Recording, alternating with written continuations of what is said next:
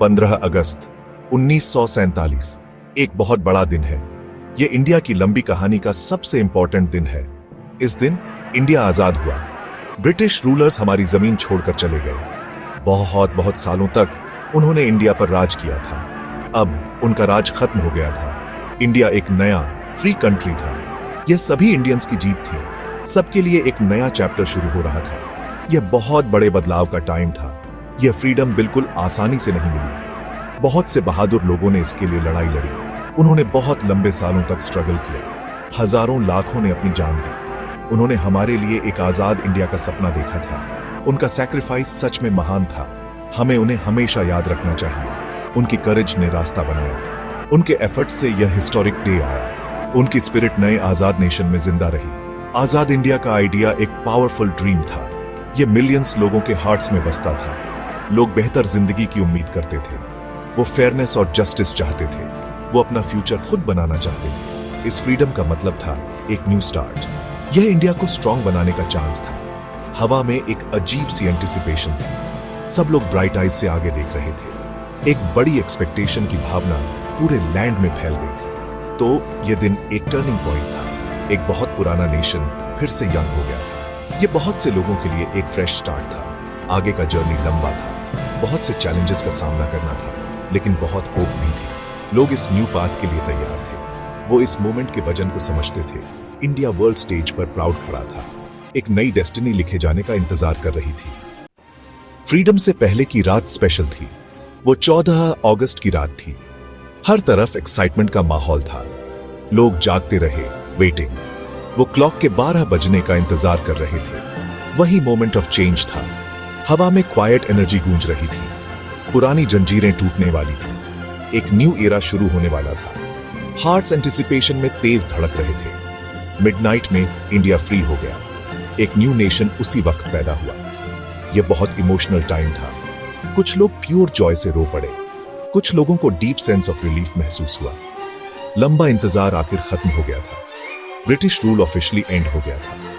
India अब Indian hands में था। इस मोमेंट का मीनिंग बहुत गहरा था। यह एक प्रोफाउंड और हिस्टोरिक ट्रांजिशन था। अगली मॉर्निंग फ्रीडम की पहली मॉर्निंग थी। सन उस दिन ज्यादा चमकता हुआ लगा। लोग एक फ्री कंट्री में जागे। यह डिफरेंट महसूस हुआ। यह न्यू महसूस हुआ। एक सेंस ऑफ वंडर हवा में था। चिल्ड्रन अब सिर्फ फ्रीडम में बड़े होंगे। यह बहुतों के लिए एक पावरफुल थॉट थी। पास्ट के स्ट्रगल्स का फल मिल गया था। एक नया दिन सच में शुरू हो गया था। इंडिपेंडेंस का प्रॉमिस रियल था। टीयर्स थे, हाँ, पर वो हैप्पी टीयर्स थे। लोगों ने उन्हें याद किया जो खो गए थे। उन्होंने स्ट्रगल के हीरोज को याद किया। उनके सैक्रिफाइसेस भूले नहीं गए थे। उनके करेज ने यह दिन पॉसिबल बनाया था। ग्रैटिट्यूड की भावना स्ट्रांग थी। फ्रीडम की प्राइस बहुत ज्यादा थी, पर अब फ्यूचर ब्राइट लग रहा था। रिजिलियंस की स्पिरिट हर जगह थी। इंडिया अपनी डेस्टिनी को अपनाने के लिए रेडी था। दिल्ली में सबकी आंखें एक जगह पर थीं। यह जगह थी हिस्टोरिक रेड फोर्ट। वो ऊंचा और स्ट्रांग खड़ा था, एक फेमस लैंडमार्क। ह्यूज क्राउड्स वहां सुबह जल्दी जमा हो गए। वो सिटी के हर कोने से आए थे। वो हिस्ट्री बनते देखना चाहते थे। एटमॉस्फेयर इलेक्ट्रिक था एक्साइटमेंट से। यह सेलिब्रेशन का मेन स्टेज था। फोर्ट जैसे लोगों पर नजर रखे हुए था। वो एक नई शुरुआत का विटनेस था। पंडित जवाहरलाल नेहरू वहां थे। वो इंडिया के पहले प्राइम मिनिस्टर थे। वो एक लीडर थे जिन्हें बहुत लोग प्यार करते थे। उनकी प्रेजेंस से लोगों में होप भर गई। वो उस मैसिव क्राउड के सामने खड़े थे। उन्हें पता था यह बहुत बड़ा मोमेंट है। वो एक नेशन की उम्मीदें अपने साथ लिए हुए थे। उनकी वॉइस जल्द ही गूंजने वाली थी। वो अपने पीपल को एड्रेस करने के लिए तैयार थे। एक नए इंडिया के लिए एक नया लीडर। फिर सबसे ज्यादा इंतजार वाला मोमेंट आया। पंडित नेहरू ने नया इंडियन फ्लैग फहराया। वो ब्यूटीफुल ट्राइकलर था, सैफ्रॉन, व्हाइट और ग्रीन चक्र के साथ। फ्लैग फ्री स्काई में ऊंचा लहराया। वो इंडिया की स्पिरिट का सिंबल था। उसने इंडिया की न्यू आइडेंटिटी दिखाई। क्राउड ने जोर से जॉय में नारे लगाए। यह फ्लैग उनके ड्रीम्स को रिप्रेजेंट करता था। वहां मौजूद हर किसी के लिए यह प्राउड मोमेंट था। पंडित नेहरू ने फिर एक फेमस स्पीच दी। उन्होंने इंडिया के ट्राइस्ट विद डेस्टिनी के बारे में बात की।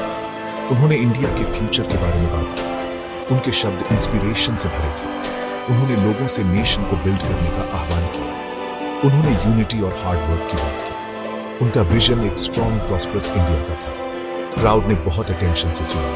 उनकी स्पीच ने फ्यूचर का रुख तय कर दिया। यह सभी सिटीजन्स के लिए एक कॉल टू एक्शन था। जॉय सिर्फ दिल्ली में नहीं थी, पूरे इंडिया में लोगों ने सेलिब्रेट किया। टाउन्स और विलेजेस हैप्पीनेस से जी उठे। लोग सड़कों पर उमड़ पड़े। उन्होंने फ्रीडम के सॉन्ग्स गाए। वो प्योर डिलाइट से नाचे। ये एक फेस्टिवल था जैसा कोई और नहीं। पूरा कंट्री जॉय में यूनाइटेड था।